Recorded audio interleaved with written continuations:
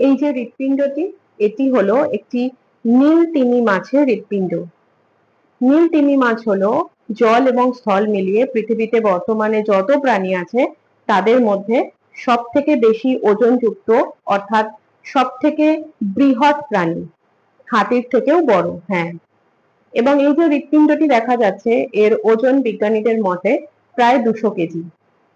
এই হৃৎপিণ্ডটি পাওয়া গেছিল একটি 78 ফুট নীল তিমি মাছের শরীর থেকে, এবং এটি নিউ ফাউন্ডল্যান্ড উপকূলে পাওয়া যায় মৃত অবস্থায়। প্রায় 10 জন মানুষ মিলে এটিকে উপকূল থেকে বেশ খানিকটা দূরে সরিয়ে আনে এবং বিজ্ঞানীরা তারপর শরীর থেকে হৃৎপিণ্ডটিকে আলাদা করে। বর্তমানে এটি ফরমালিনে সংরক্ষিত আছে কানাডার রয়্যাল অন্টারিওতে।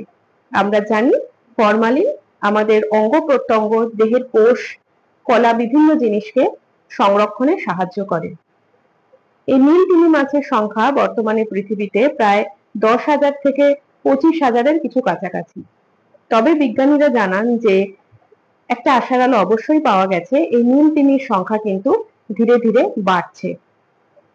এবং এই যে হৃৎপিণ্ডটা, এই 200 কেজি হৃৎপিণ্ড একটা 78 ফুটের তিমি মাছ থেকে যদি পাওয়া যায়, তাহলে সব থেকে বড়, যা মোটামুটি 200 কেজিরও বেশি ওজনযুক্ত হয় তিমি, তাহলে তার হৃৎপিণ্ডটা অবশ্যই আরো বড় হবে।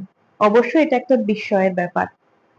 এবং তিমি মাছ জলের নিচে যখন শ্বাস গ্রহণ করে বা ডাইভ দেওয়ার জন্য যখন ওপর দিকে উঠে আসে, তার শব্দ কিন্তু অনেক অনেক দূর থেকে শোনা যায়।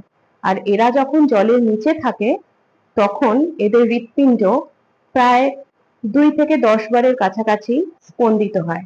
আর স্থলে থাকবার সময় 25 থেকে 35 বা 37-এর কিছু কাছাকাছি এদের হৃৎপিণ্ড স্পন্দিত হয়।